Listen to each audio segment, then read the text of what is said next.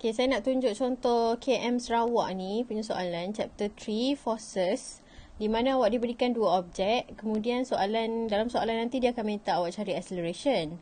So masalah untuk soalan ni adalah dia tak bagi arah acceleration dalam soalan ataupun dalam diagram. Okay, dia tak ada tunjuk B is sliding downwards. Okay, so awak sendiri yang kena tentukan arah acceleration. Jadi maybe awak akan terfikir yang bila awak compare mass of A and mass of B, 40 kg awak nampak lagi tinggi nilai dia daripada 28 kg. Jadi awak rasa macam, objek A ni lagi berat, jadi dia lah yang akan jatuh ke bawah. Tapi sebenarnya bukan begitu. Okay, faktor yang mempengaruhi sama ada objek tu siapa jatuh dulu adalah bukan sahaja pada berat dia, tapi dia bergantung kepada kecondongan objek tersebut, ataupun lagi satu adalah bergantung kepada total force yang bertindak ke atas objek tersebut. Kalau total force dekat objek ni lagi tinggi, dan dia akan jatuh dulu. Okay, so sebenarnya awak tak boleh tengok mass sahaja, awak kena tengok dia punya total force F. Okay, contoh saya lukis free body diagram untuk mass A.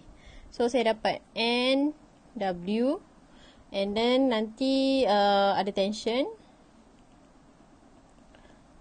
and then ada WX, WY. Lepas tu, let's say saya assume yang dia slide ke sini kan. So kalau saya kira sum of F dia, saya kena cari force dalam komponen yang akan menyebabkan objek tu jatuh lah. So sekarang ni kalau objek ni jatuh, dia akan jatuh dalam X komponen. So saya cari force dalam X komponen sahaja, saya akan dapat WX X komponen, WX tolak T. So WX adalah mg sin 30 tolak T. M is 40, G is 9.81 sin 30 minus tension. And then awak akan dapat 196.2 minus tension. Okay, biar je dulu tu.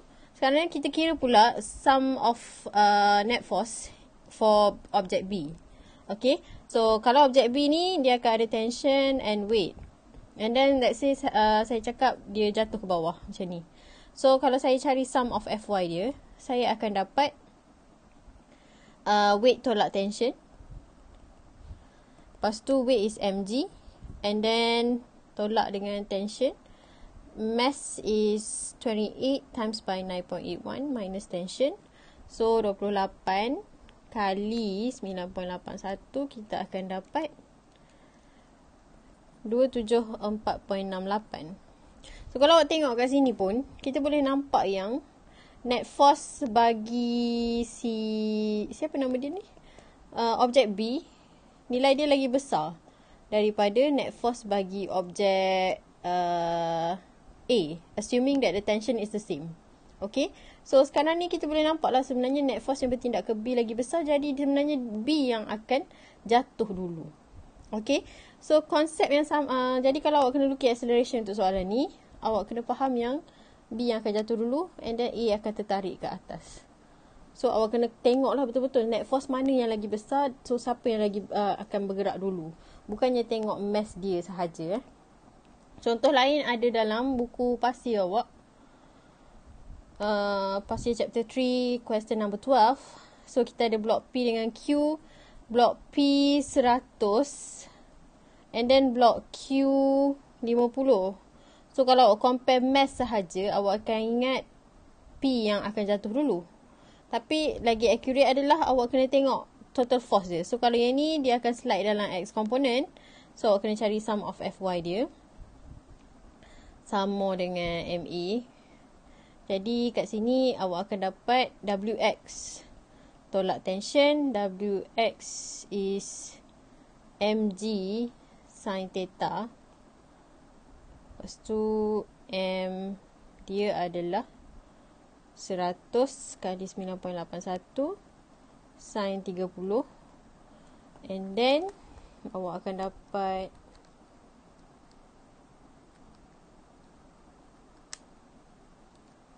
190.5.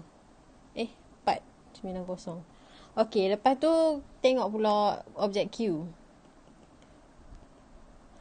Awak akan dapat WX tolak tension, and then mg sin 53 tolak tension. Lepas tu M is apa M dia? 50. Ni saya just kira-kira je tau. Saya just nak compare kan dia punya net force tu. Kalau saya kira macam ni, adakah saya akan dapat nilai mana yang lagi besar? Okay, so yang ni saya akan dapat 391.73. So kalau awak compare kan nilai dia, awak boleh nampak yang blok P punya net force lagi besar. Jadi dia akan slide lah. Okay, blok P yang akan slide dulu, ada acceleration ke sini dan dia akan tarik blok Q ke atas. Ingat kalau objek ni bergerak, dia akan tarik objek ni sebab dia orang connected by the pulley and string. Okay, tak boleh ni gerak, lepas tu ni tak bergerak. Dah kenapa? Okay, mesti kalau ni jatuh, ni akan tarik